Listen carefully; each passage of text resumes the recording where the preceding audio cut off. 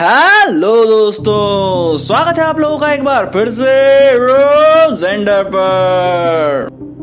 तो दोस्तों, आज के वीडियो में हम लोग बात करेंगे 20th सेंचुरी की एक ऐसी थ्योरी की जिसके कारण काफी सारे नए फिनोमेना सामने उठकर आए और इन फिनोमेनास को आज हम लोग स्टडी कर रहे हैं और इन पर बहुत बड़े बड़े प्रोजेक्ट्स चल रहे हैं और इन फिनोमेनास को किस तरह से इस थ्योरी ने प्रेडिक्ट किया था और आज हम लोग उसके रिजल्ट्स देख रहे हैं। तो चलिए बात करते हैं इस थ्योरी के बारे में। सबसे पहले बता दूं, हम लोग बात करने जा रहे हैं थ्योरी ऑफ रिलेटिविटी के बारे में, जिसको सर एल्बर्ट आइंस्टाइन ने दिया था। थ्योरी ऑफ रिलेटिविटी के कारण कई सारे फिनोमेना सामने उठकर आए जिसने एस्ट्रोनॉमी और फिजिक्स को बदल कर रख दिया।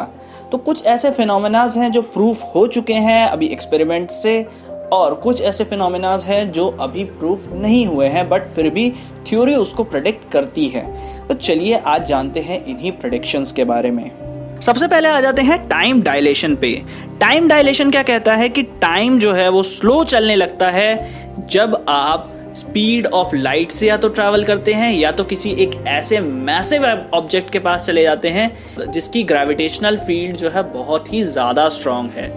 दोनों ही केसेस को थोड़ा थोड़ा करके स्टडी करते हैं। मान लीजिए दो ऑब्जेक्ट्स हैं और उन दोनों के बीच में एक रिलेटिव वेलोसिटी है। रिलेटिव वेलोसिटी मतलब कि एक अगर रेस्ट पे है उसके रेस्पेक्ट में दूसरा वाला जो है वो इतनी वेलोसिटी से चल रहा है कि उसकी वेलोसिटी स्पीड ऑफ लाइट के आसपास है।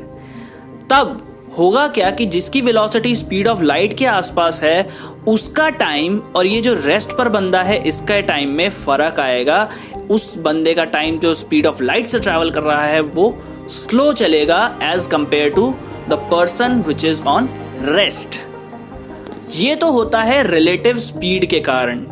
अब बात कर लेते हैं ग्रेविटेशनल इंटेंसिटी में क्या होता है। जब आप एक बहुत ही मैसिव ऑब्जेक्ट के पास चले जाते हैं जिसकी ग्रेविटेशनल फील्ड इंटेंसिटी बहुत ज्यादा होती है तब भी टाइम जो है वो आपके लिए स्लो चलता है, और कोई ऐसा इंसान जो उस ग्रेविटेशनल फील्ड इंटेंसिटी से बहुत दूर है, उसका इम्पैक्ट नहीं पड़ रहा है फील्ड इंटेंसिटी का उसके ऊपर, तो उसके लिए टाइम फास्ट चलेगा, आपके लिए टाइम स्लो चलेगा। ऐसा क्यों होता है इसे समझने के लिए एक छोटा सा एग्जाम्पल लेते हैं, एक छोटी सी इमेजिनेशन करके देखते हैं। जिन लोगों को थ्योरी के बारे में बिल्कुल भी नहीं पता वो इस इमेजिनेशन के द्वारा इस चीज को समझ सकते हैं। वो ये है कि मान लीजिए कि स्पेस जो है वो एक कपड़ा है। स्पेस एक 3D कपड़ा है और उसका जो फैब्रिक है वो किससे मिलकर बना है? टाइम से मिलकर बना है। उसका हर फैब्रिक टाइम है। कोई भी हैवी मास ऑब्जेक्ट उस कपड़े को अपनी तरफ खींचता है। अब कपड़ा अगर अपनी तरफ खींचेगा तो फैब्रिक भी अपने आप खिंच जाएगा, और जैसे ही फैब्रिक खींचेगा तो आप देखेंगे कि वहां पर फैब्रिक में हल्के हल्के गैप्स आ जाएंगे जिसकी वजह से आपको लगेगा, यानी कि वो टाइम में गैप्स आ जाएंगे। टाइम जो है वो कम हो जाएगा, टाइम की इंटेंसिटी, इसलिए टाइम जो है वो स्लो चलने लगेगा। होपफुली आपको इस एग्जाम्पल से समझ आ गया होगा कि यहाँ पर होता क्या है। चलिए अब बढ़ते हैं अगले फिनोमेना के ऊपर, जो है हमारा ग्रेविटेशनल वेव्स। अब ग्रेविटेशनल वेव्स जो होती हैं वो नॉर्मल, हम लोगों ने अगर वेव्स देखी हैं वाटर वेव्स, तो कुछ सिमिलर होती हैं उन वाटर वेव्स की तरह ही। बस जो स्पेस और टाइम है उनमें वेव्स जब उठती हैं तो उसे कहते हैं ग्रेविटेशनल वेव्स। और ये उठती कैसे हैं? जब एक सुपर मैसिव ऑब्जेक्ट स्पेस में घूम रहा हो या फिर स्पेस में एक दूसरे के अराउंड, अगर कोई बाइनरी स्टार सिस्टम है, एक दूसरे के अराउंड रिवॉल्व कर रहे हो या फिर कुछ ऐसी बड़ी घटनाएं हो रही हो, तब क्या होती हैं? जैसा कि पिछले एग्जाम्पल में हम लोगों ने देखा कि जो मैसिव ऑब्जेक्ट्स हैं वो स्पेस को अपनी तरफ खींचते हैं, तो जब वो स्पिन करेंगे या फिर रिवॉल्व करेंगे किसी चीज के अराउंड तो ऑब्वियसली स्पेस में आप लोगों को वेव्स देखने को मिलेंगे। ठीक उसी तरीके से जैसे आप लोग चद्दर पकड़िए, चद्दर पकड़ने के बाद आप चारों तरफ से जब चद्दर को तान देंगे उसके बाद आप उस पे एक बॉल ड्रॉप करिए तो चद्दर में भी वेव्स उठने लगेंगी।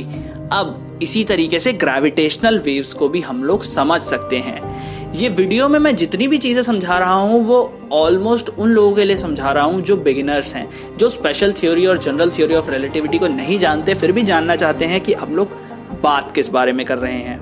नेक्स्ट हम लोग आ जाते हैं ग्रेविटेशनल लेंसिंग के ऊपर। अब ग्रेविटेशनल लेंसिंग का एक जो ये फिनोमेना है, जब इसके बारे में आइंस्टाइन ने सोचा था तो लोगों ने सोचा कि ये तो बहुत ही अटपटी सी चीज है, मतलब कि ये फिनोमेना जो है आगे चल के डिस्प्रूव हो जाने वाला है, इसका कोई भी महत्व नहीं रह जाएगा और आइंस्टाइन गलत होने वाले हैं। बट आगे चल के हम लोगों को इस चीज का प्रूफ मिला।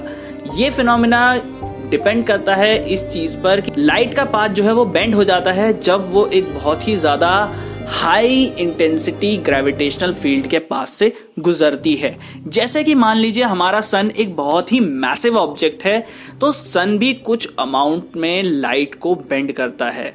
अगर हम लोग एक ऐसे एक्लिप्स में देखें जिसमें चांद जो है वो सूरज को एकदम छुपा दे, यानी कि टोटल सोलर एक्लिप्स में अगर हम लोग देखें तो हम लोगों को सूरज के पीछे के जो ऑब्जेक्ट्स हैं वो दिखाई देने लगेंगे। ग्रेविटेशनल लेंसिंग को अगर आप लोगों को और भी ज्यादा डिटेल में समझना है तो आई बटन पर जाकर आप लोग वीडियो देख सकते हैं, मैंने वीडियो बनाई है ग्रेविटेशनल लेंसिंग पर। अब बढ़ते हैं आगे। नेक्स्ट जो चीज इस थ्योरी ने प्रेडिक्ट करी थी वो थी ब्लैक होल्स। ब्लैक होल्स एक ऐसे सुपर मैसिव ऑब्जेक्ट्स हैं जो हम लोगों को दिखाई नहीं देते और इनसे कोई भी लाइट बाहर नहीं आ सकती, यानी कि लाइट जो है उसको भी खा जाते हैं ये ऑब्जेक्ट्स। इसीलिए इन लोगों को देखना इतना मुश्किल होता है क्योंकि लाइट तो आती नहीं है इनके पास से। तो आइंस्टाइन की थ्योरी ऑफ रिलेटिविटी ने ये प्रेडिक्ट किया कि कुछ ऐसे सुपरमैसिव ऑब्जेक्ट्स भी हमारे यूनिवर्स में एग्जिस्ट करते हैं जो लाइट को भी अपने से पार जाने नहीं देते। और अभी हम लोगों ने थोड़े टाइम पहले ही एक ब्लैक होल की तस्वीर भी खींची थी। ब्लैक होल के बारे में और भी साइंटिस्ट ने और भी चीजें कही हैं, बट थ्योरी ऑफ रिलेटिविटी ने जो प्रेडिक्शन करी थी उस हिसाब से मैं आप लोगों को बता रहा हूं कि क्या क्या चीजें प्रेडिक्ट की गई हैं इस थ्योरी के द्वारा। नेक्स्ट आ जाते हैं हम लोग दो ऐसी चीजों पे, दो ऐसे फिनोमेनास के ऊपर जिनको अभी तक प्रूफ नहीं किया गया है। सबसे पहला आ जाता है ब्लैक होल्स को। अगर हम लोग ऑपोजिट देखें ब्लैक होल्स का, ब्लैक होल क्या करते हैं, सारी की सारी जितनी भी एनर्जी है, जितना भी मास है, जितना भी मैटर है, उसको खा जाते हैं, उसको अपने अंदर समा लेते हैं। उसी के ठीक उलट आते हैं व्हाइट होल्स।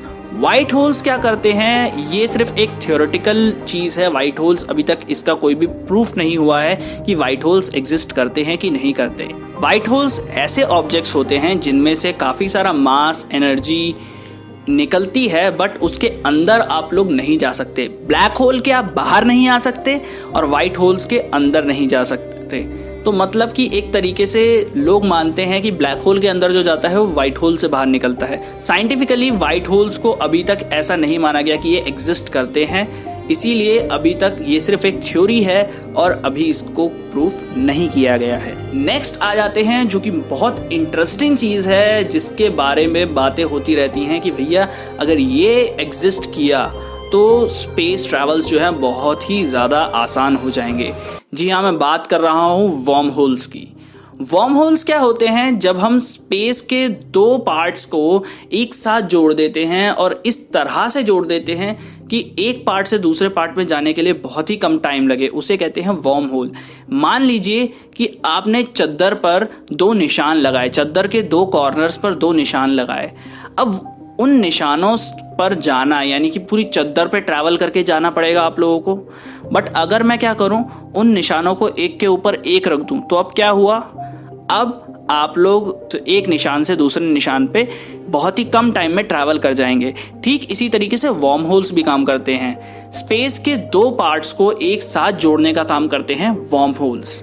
अब तक वर्म होल्स एग्जिस्ट करते हैं, ऐसी कोई भी थ्योरी सामने नहीं आई, ऐसा कोई भी प्रूफ नहीं हुआ है, इनकी एग्जिस्टेंस पर कोई भी प्रूफ नहीं आया है। अगर आएगा तो फ्यूचर में आप लोगों को बता भी दिया जाएगा और बहुत ही ज्यादा हल्ला भी कट जाएगा। तो ये थी कुछ फैंटास्टिक प्रेडिक्शंस जो कि थ्योरी ऑफ रिलेटिविटी द्वारा की गई थी। आइंस्टाइन ने थ्योरी ऑफ रिलेटिविटी बहुत पहले दी थी, 20वीं सेंचुरी में दी थी, और आज 21वीं सदी में हम इसी थ्योरी पर के जो प्रेडिक्शंस है उस पर इतनी सारी रिसर्च कर रहे हैं और कई सारे साइंटिस्ट्स को इन्हीं प्रेडिक्शंस को स्टडी करते हुए भी काफ़ी बार नोबेल प्राइज मिला है। तो मिलते हैं अगली वीडियो में। अगर आपको ये वीडियो काम की लगी हो तो लाइक कीजिए इस वीडियो को, शेयर कीजिए अपने दोस्तों के साथ। इन लास्ट मैं बस इतना कहना चाहूँगा कि अगर आप लोगों को लगता है कि मैंने इस वीडियो में जो भी चीज़ें बताई हैं उनमें से कुछ भी गलत है तो प्लीज़ कमेंट बॉक्स में आप लोग मुझे कमेंट करके बताइए कि मैं कहाँ गलत हूँ। अगर नहीं तो बताइए मुझे कि आप लोगों को ये वीडियो कैसी लगी और क्या आप लोग फ्यूचर में ऐसी ही वीडियो देखना पसंद करेंगे। Thank you from रोजेंडर।